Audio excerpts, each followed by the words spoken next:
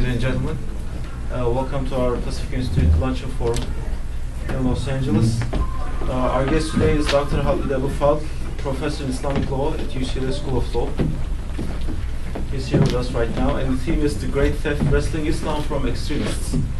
Now, if I may introduce a few of his accomplishments, Dr. Khaled is one of the most important and influential Islamic thinkers in our age. An accomplished Islamic jurist and scholar, he is Professor of Law at the UCLA School of Law, where he teaches Islamic law, immigration, human rights, international and national security law. Dr. Fadl previously taught Islamic law at the University of Texas at Austin Law School, Yale Law School, and Princeton University. He holds degrees from Yale and the University of Pennsylvania Law School and Princeton University, MA and PhD. He's a world-renowned expert in Islamic law and is an American lawyer, offering a unique and seasoned perspective on the current issue and state of Islam and the West. He is also a strong proponent of human rights and is the 2007 recipient of the University of Oslo Human Rights Award. Now, he regularly provides expert testimony in a wide variety of cases ranging from human rights and political asylum to terrorism, national security, international and commercial law. So please help me welcome Dr. Fadl.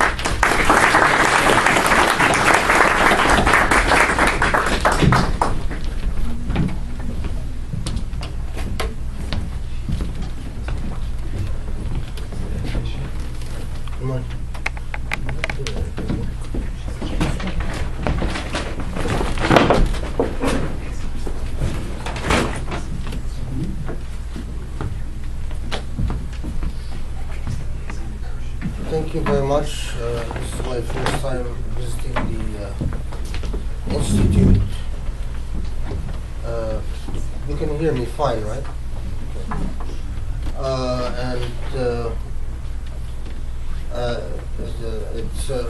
It's great to be here, and thank you for inviting me.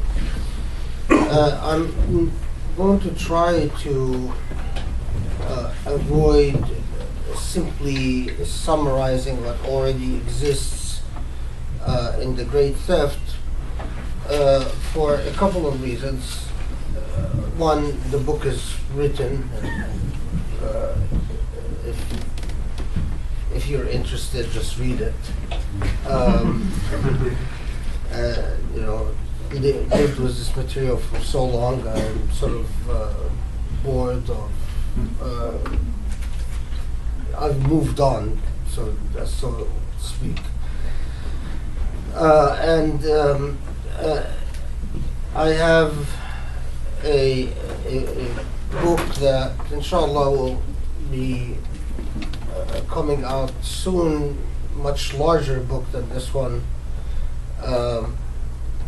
called Reasoning with God, called in Reclaiming Shariah in the Modern Age.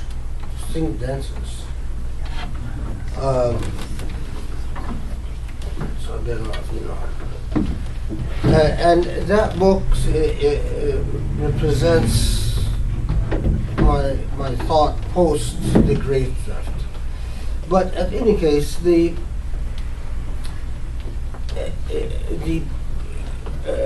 essential question that, or the reflections that I would share with you today are around the same theme. Extremism is not something that is unique to any particular system of faith. It's not definitely not particular to Islamic theology or the Islamic religious experience. And it is not even particular to a religious faith. Every system of convictions or beliefs can produce what we describe as extremism. Whether this is based theologically or ideologically, forms of dogma, but even beyond dogma, even conviction in the logical, the rational, the philosophical can be adopted in an absolute and uncompromising fashion in a fashion which occupies all available space and occupies it so thoroughly and so completely that no other space, or the intellectual space or the space of life, is not shared with others. Basically, it's either this perspective or nothing else.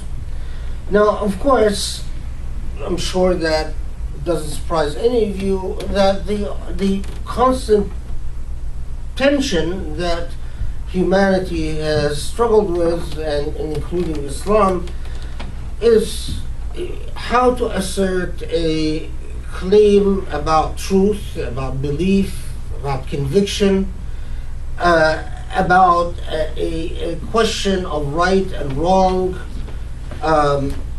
goodness versus the opposite, and yet in making that claim, in adopting that belief, we do not end up occupying a space that in such a way that it would exclude all other potentials and all other systems of belief. And it's important to recognize these and to state them clearly at the beginning, because part of the processes that we see unfolding in the Islamic context is that without an appreciation of this very simple dynamic, we get into one form of extremism, always trying to squeeze the life out of other extremisms, or one form of absolutism trying to exclude other absolutisms. Whether this absolutism is conservative, liberal, whatever orientation it might come from. And we deal with this. I do a lot of work in human rights theory and human rights generally, and we even deal with this in the field of human rights. I mean, even the ideology of human rights, if adopted dogmatically and absolutely and uncompromisingly, could end up being an exclusive and absolute claim in which no other competing visions of the humane or the dignified can be accommodated. All right. Now, for those who approach the issue from a theological perspective from within Islam, the fundamental critical issue is that while clearly as a religion, Islam makes, like other system of beliefs, makes these claims about truth and fate, what will eventually happen in terms of God's judgment, in terms of what is right and wrong, and so on. At the same time it does that, and one other step, and as at the same time that a law is weaved into the very fabric of Islamic theology. And what I mean by law is not the positivistic law, not institutional law, and not necessarily law of sociological law, but moral law, a law of what is right and wrong in dealing with God, what is right and wrong in dealing with everything else.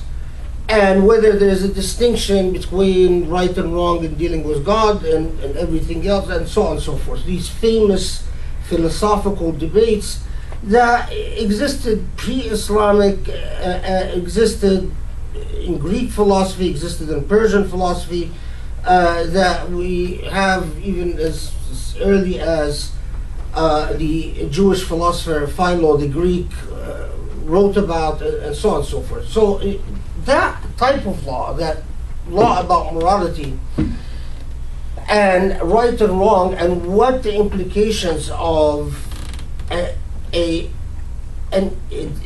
divine being who is not aloof and non-involved, because part of the theological or critical theological issue is if you have a God, and one option is for this God to create creation and say, okay, I've done it, you're on your own, goodbye, I'm not going to bother with you anymore. It's possible, right?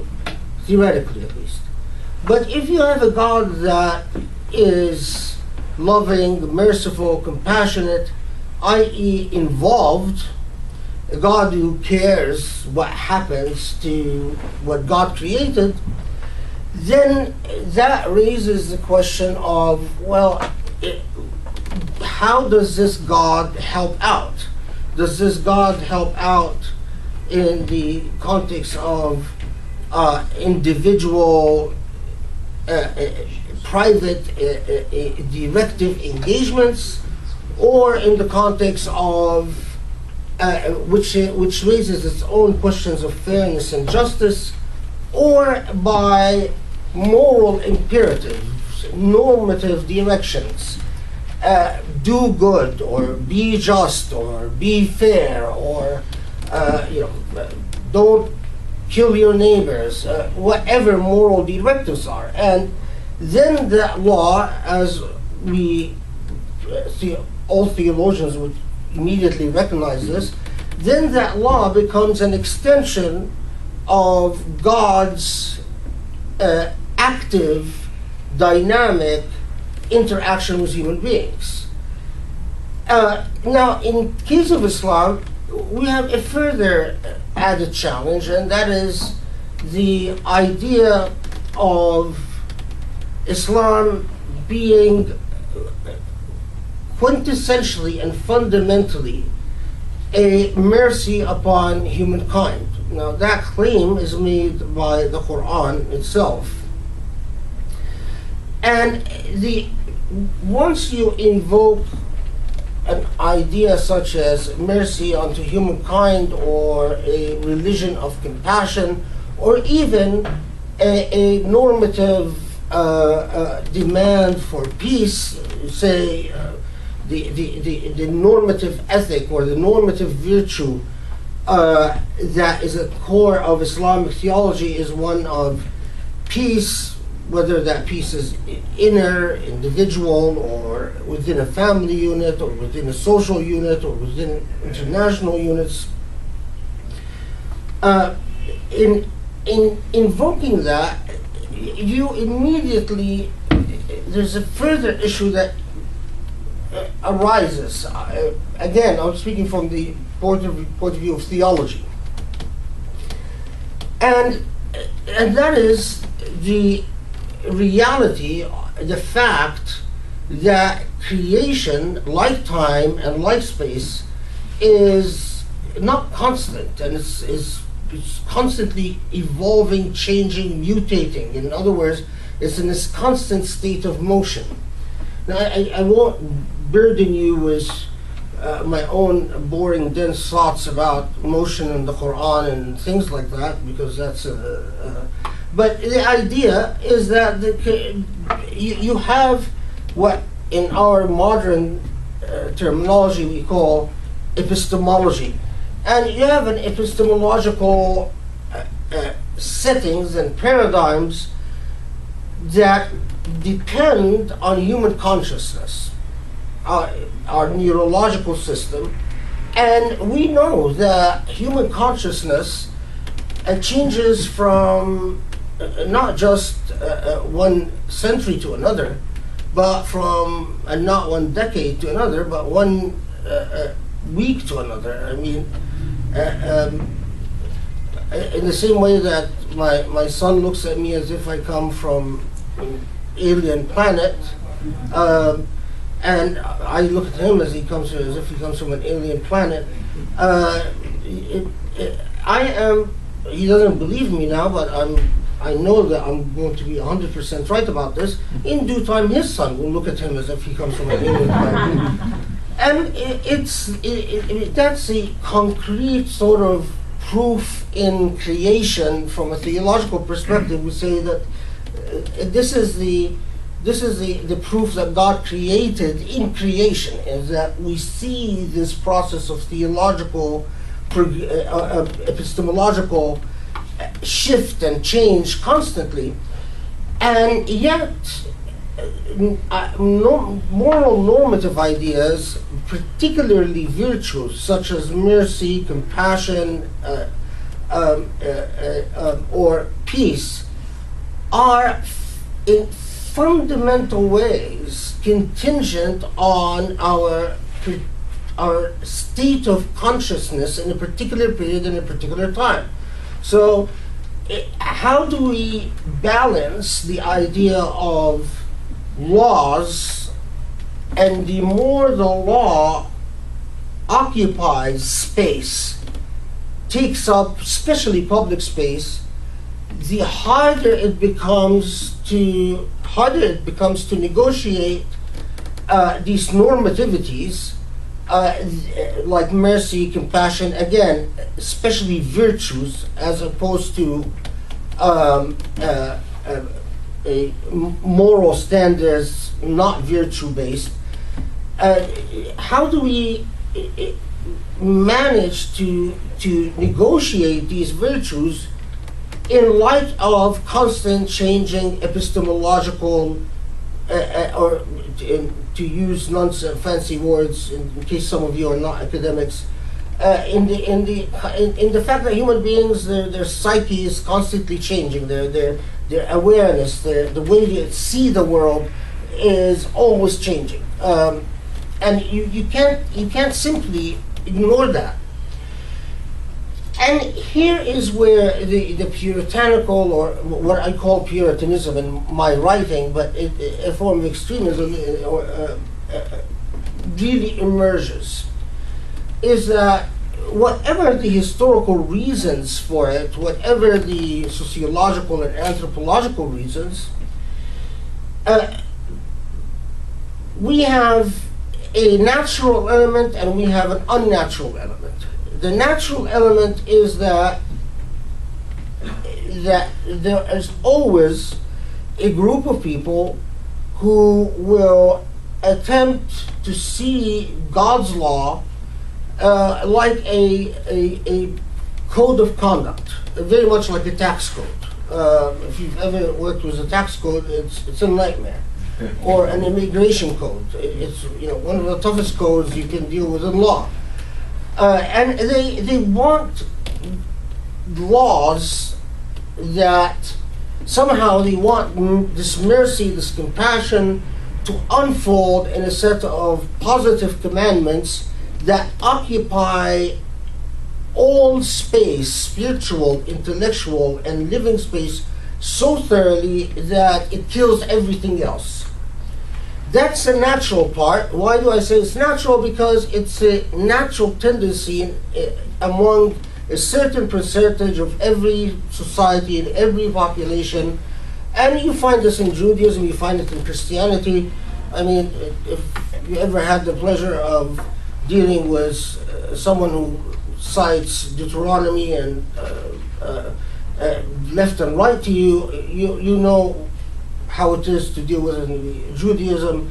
If you have someone who believes that the Bible is normative and every part of it is the Word of God, and normatively, you get some very odd legal interpretations and very extensive lectures about how, of course, someone like me would be completely damned, and so on. But even people not like me, people who are Christian, would still be damned. But the non-natural part, and here where we get closer to Islamic particularity, is that especially in the which I'm sure all of you are now aware of or familiar with, what commonly referred to as Wahhabism. I should tell you that when I started out and I wrote in a critical way about Wahhabism, it was so uncommon that everyone thought I was insane.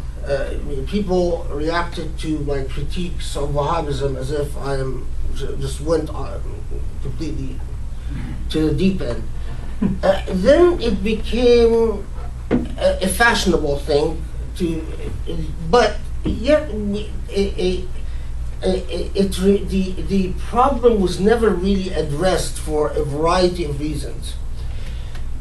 Wahhabism is a particular historical movement that was founded on the idea that cleansing sociological and anthropological practices that it encountered in areas it spread. So in Wahhabi literature, for instance, you will often read that Mecca and Medina during the Ottoman period were overcome by corruptions and heresies. And the role that Wahhabism assigned to itself was to cleanse Mecca and Medina of corruption and heresies. Translate this into intellectual terms, basically it was Wahhabis were bothered by cultural, complex sociological and anthropological manifestations in areas they encountered in Hijaz, in Iraq, and Hijaz and what is now Saudi Arabia, and also in Karbala in Iraq and some parts of Syria and so on. And they could not understand how could this be consistent with Islamicity. The huge historical, transformative historical moment, though, came when there was enough wealth and power to turn this from a tribal sociological movement that was puritanical in orientation and was viciously opposed to expressions of folklore, mythology, customs, that tried to mold reality according to its conception of laws. So tried to, in some, and if this is of interest, you can deal with it in question and answer, but tried, for instance, to stamp out music forcibly, to cleanse out dancing forcibly, etc., etc. But the key is when that a historical phenomena becomes a leveraged financial and political power. It becomes a directed ideology when it's able to hire necessary professionals to help it frame its message to both conceal and reveal. It conceals aspects of the consequences of its theology while having the means to also reinterpret history as an affirmation of its essence, and this is a different story, even engage the other Orientalist scholars, Western scholars studying Islam, and posit itself as a movement of origins and originals. In other words, many of the colonial powers who encountered Wahhabism in the 1800s and 1900s first thought they're fanatic, but weird, but ultimately they puzzled over the question of, is this the original Islam or is this corruption of Islam? And one of the most fascinating things we see is that by the time the 70s have ended, the thesis, the idea that Wahhabism is a reform movement which returned Islam to something, is a return to the pristineness of Islam in some form or another, becomes widely accepted. Suddenly, its violence against sociological and anthropological facts become sidebarred. Now, I'll finish because I want to leave enough time for questions and answers. I'll close with this, and I think this is one of the reasons that I personally I'm a fan of movements or systems of thought like the Gulen movement, because it's ultimately it struggles with this the ultimate law, the higher law of Islam, virtues of mercy, peace, compassion, and so on, and it does so without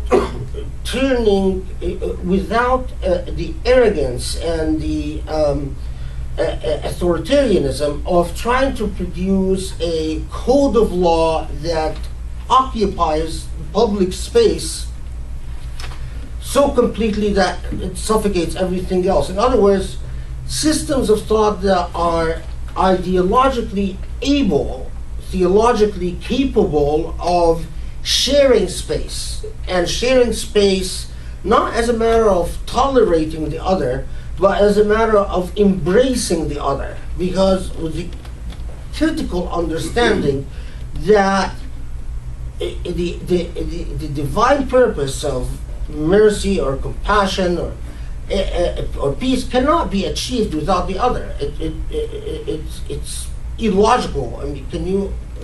Well, actually, I mean, if sometimes political opponents believe that they can achieve mercy. Well, we'll get to mercy after we destroy those who disagree with us. You know, wipe them out, and then we'll implement mercy, compassion, and peace. It's you know, if that's the way you think, then I would argue you've drifted way, way away from the law of God in the first place. Okay, thank you very much.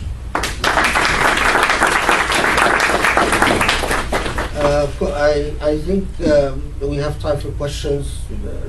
Yes, Where are the bosses of the? Please go ahead. No, have someone come call. All right. I don't want to be favorites. Well, my question is, you talked about Wahhabism, and which I think is from the Sunni sector. I was wondering how you reconcile, or if you could place in the context of Sunni Shiite differences, where these extremism views seem to dominate. Is it more one than the other, or is there a sector of Wahhabism? I can't get the pronunciation in the Shiite group, because that's in Saudi Arabia mostly, isn't it? Yeah. Well, I immediately looked behind me because I'm searching for the blackboard. Both in Sunni Islam and Shia Islam, there emerged a literalist, strict constructionist movement.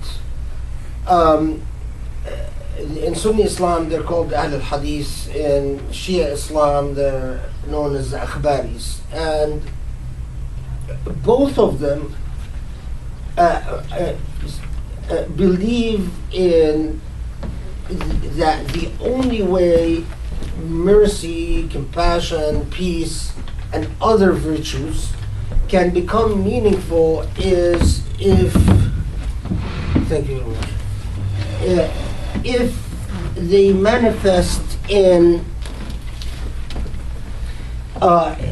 in positive legal commandments, that it would be a form of legal obfuscation, and they would often accuse lawyers that refuse to commit to positive reductionism, to a positive legal commandment, of trying to escape the legal obligation, saying, well, you if you really meant it, you would tell us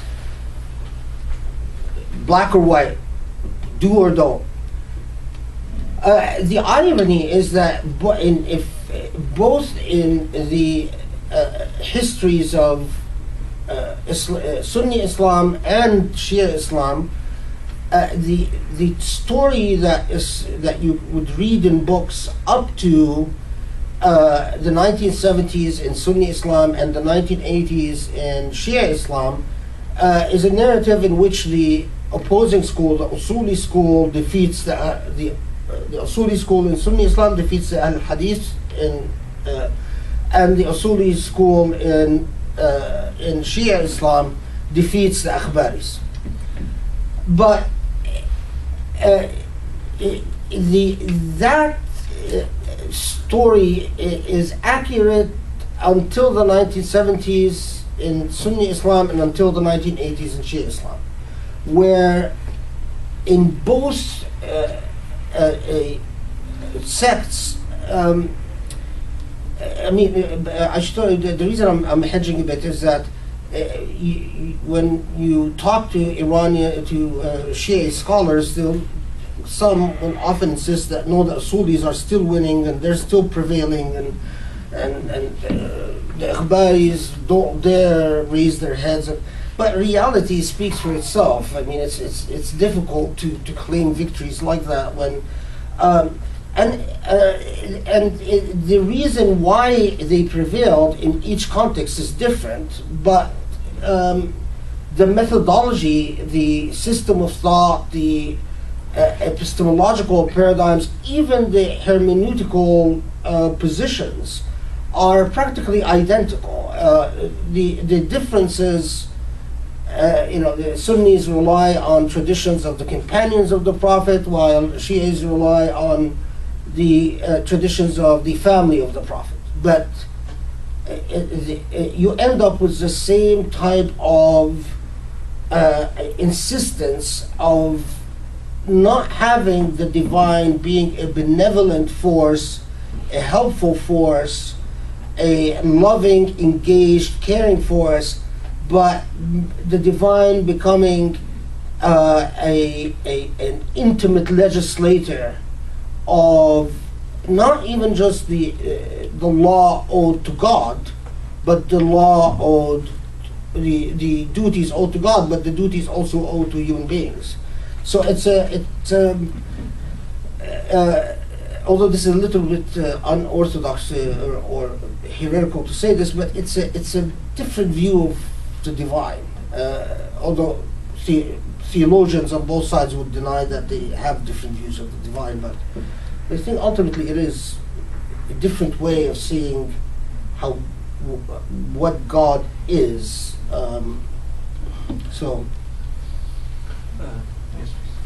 Hi, Professor.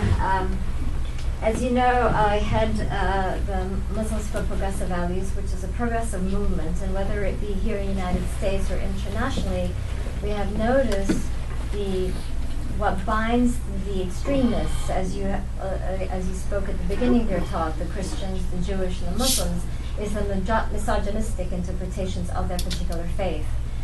Here in the United States, you see the Christian right interpreting their Christian interpretation into law, and what I would call the Christian Shariah law.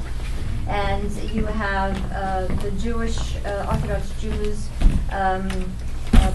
barring women from praying at the wall, even though traditionally that wasn't the case. And of course in Islam you have Muslim women barred from leading prayer and forced into marriage, just unable to even make basic decisions such as travel in Saudi Arabia. So what is it, and I'm hoping that you'll address this in your next book, what is it about extremists or orthodoxy in religion, in most religions, that are so misogynistic in their interpretation and understanding of their faith? what is that logic? Have you been able to decode that? Well, I don't think it's. I mean, just remember that all you have to do is just deal with, sit with a group of men that are following Sunday football, and you know, that tells you a lot about biology, and it's, you know, because you know, growing up among males, but I wasn't an exactly competitive male. It's definitely there is a biological element, but other than this, this is exactly what I'm talking about in terms of shifting epistemological realities.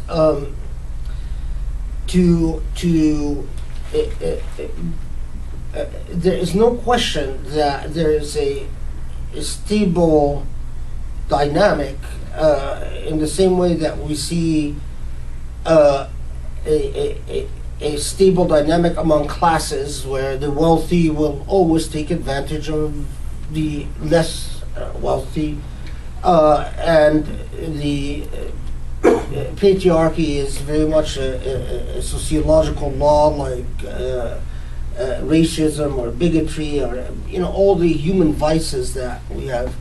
But part of the issue and part of the problem is this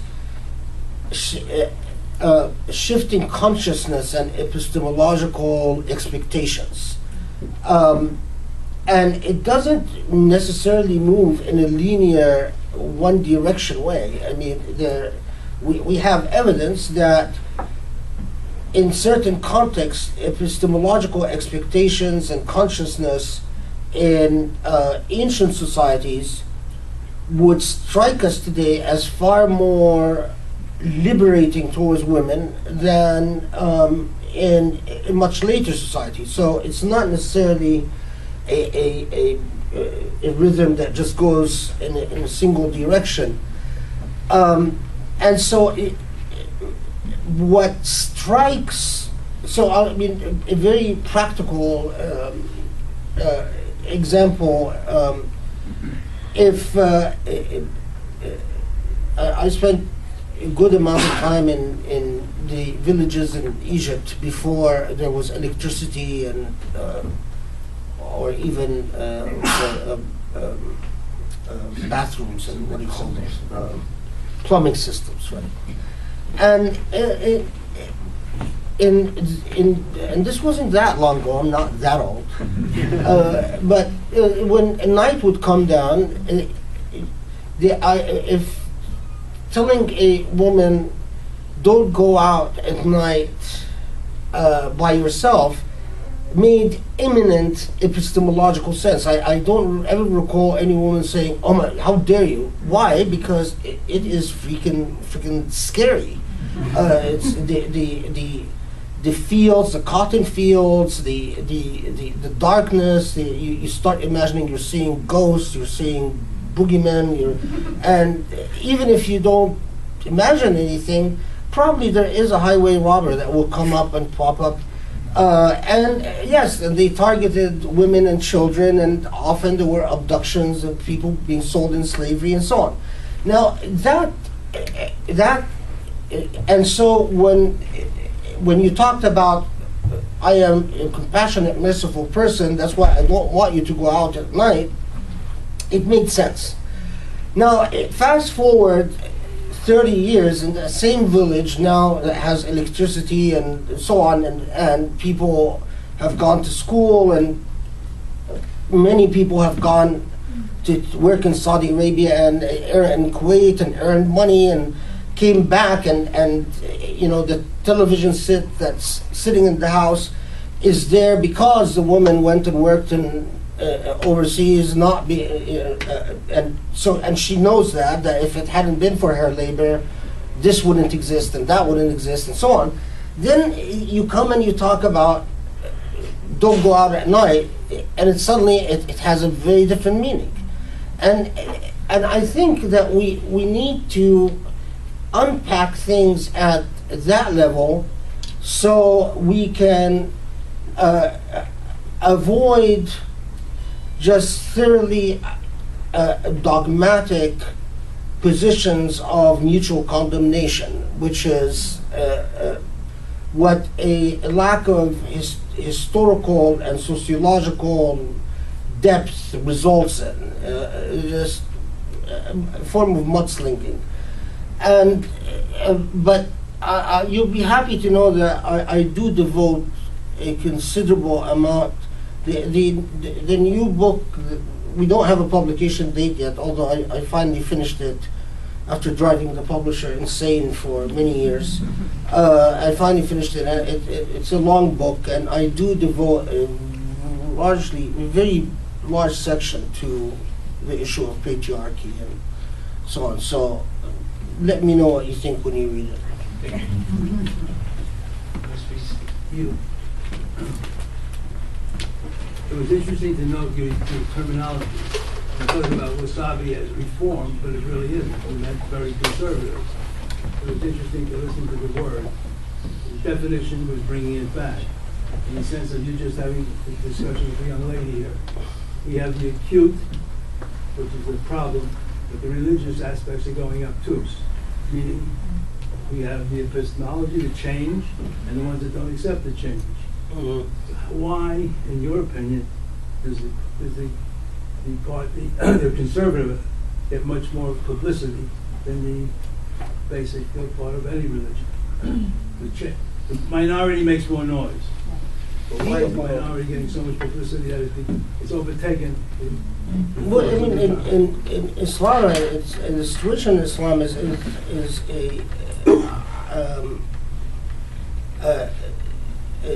has its particularities. It's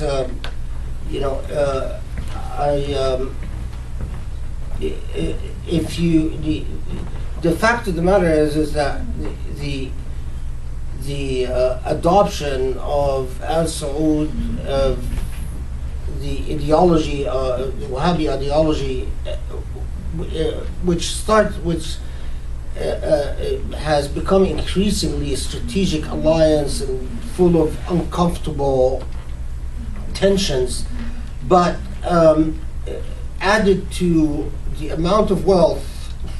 To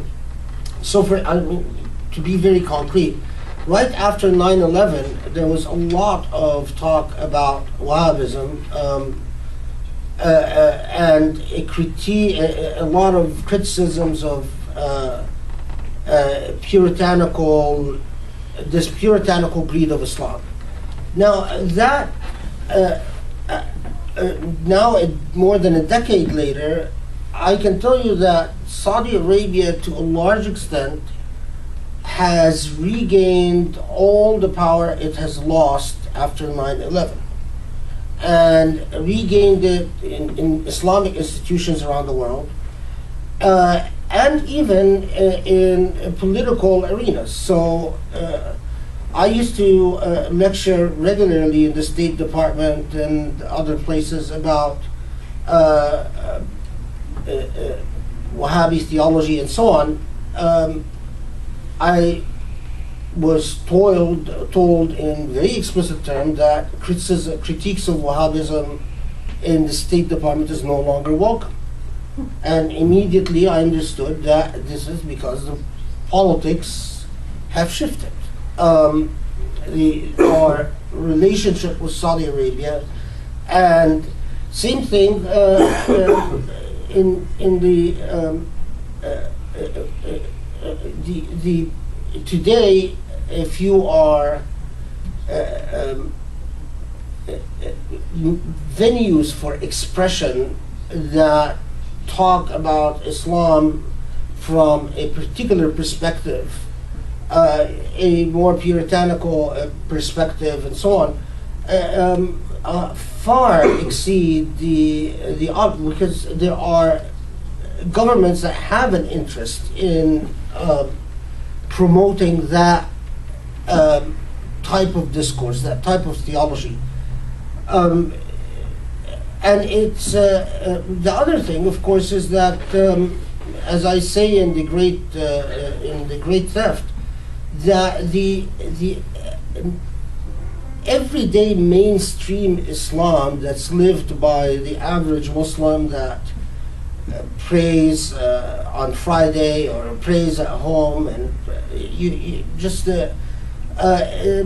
that's the soft living Islam that doesn't wear itself as a flag and doesn't go around. I mean, it's very much like if you watch the media that comes out of Israel, you might think that Israel is just made of settlers that are, fanatic and constantly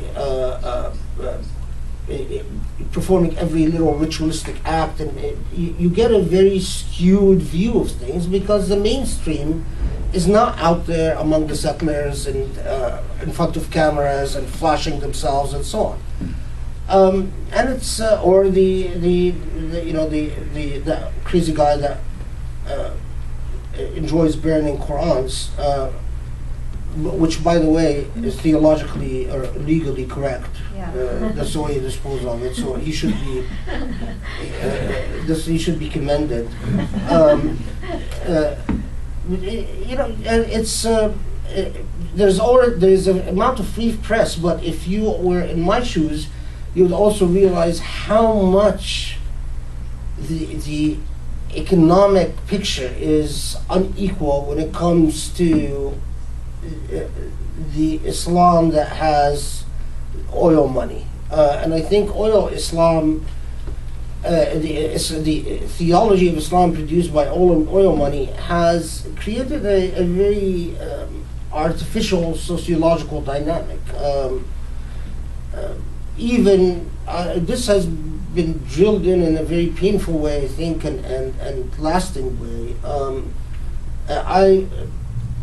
I can tell you, because I was close friends at one point to both the Mufti of Egypt and the Sheikh of Azhar, Ahmad al-Tayyib, and I can tell you both of them do not like Wahhabi Islam, but both of them had to modify enormously their animosity to Wahhabi Islam, and because of the political influence of Saudi Arabia in Egypt. I mean, it's a sad reality to watch, but it's life. Yeah, one last question. Khaled, how are you? I'm not over this, but I wanted to make a comment about patriarchy and women. It seems to me that religion is the last domain of male privilege, and so all religion, so it lends itself to people that Khaled describes sociologically, who figure that we can use the conservatism of religious tradition as a to wield it against women, and very convenient. And religion allows that to be, because there are those teachings in religion that come from whenever they come, and that people don't see them in these terms. But I want to ask you a question that we've talked about this. When you focus Islam on law, it seems to me you're grounding it in the world in doing so, because law has to be lived. What happens with religion that's theologically oriented or scripturally oriented? And I see it in Judaism. You talk about the settlers; they're busy quoting scripture, and they actually cover cover up the interpretive tradition, so that because it's more convenient. So how much of that scriptural theological orientation is responsible for the extremism in contemporary religion, well, and not just in Islam, but in general? Yeah, I mean, this is the issue of strict constructionist. On the one hand, we can have the Stanley Fish type of approach where nothing means nothing. Anything means anything. You can interpret the text any way you want, and that would be legitimate. And then on the other extreme, the Borg type approach or Scalia type approach in the case of law, where text yields a set, determinate set of results, either A, B, or C, and many times it's only A. And that's the strict constructions. And I think when religion teaches moderation, including in the way you approach text, that's the height of wisdom, because one approach leads us into a world of just emptiness, or you can't anchor yourself in anything. The open text, completely open text, or no text approach. And then the other one, which is the strict constructionist, and that's why the issue is not the theology but the hermeneutics. I mean, if you get rid of the interpretive tradition, and then a lot of the discourses that in Deuteronomy and Leviticus become create a huge problem in our contemporary epistemological universe. And you're and trying to force a coherent existence, a logical. I don't remember which philosopher now said that a completely logical person is also a person who's insane. Trying to force the text to be completely logical it produces an insane universe, an insane world. And I think that is something we experience in the texts are, especially ageless texts like religious texts, they cannot be limited by the temporality and the limited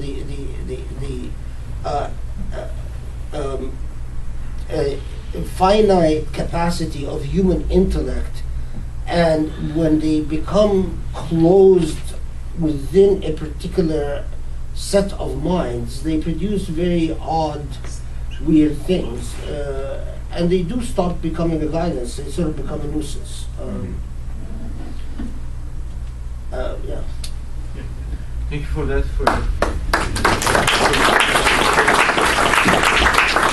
Well, Dr. Fadl, we have a small gift to present you. It's Turkish coffee cups. So it said that one coffee cup is the necessitates 40 years of friendship. So instead, we brought 2 cups. Make it a little longer. So here's the Oh, thank you so much. This is beautiful.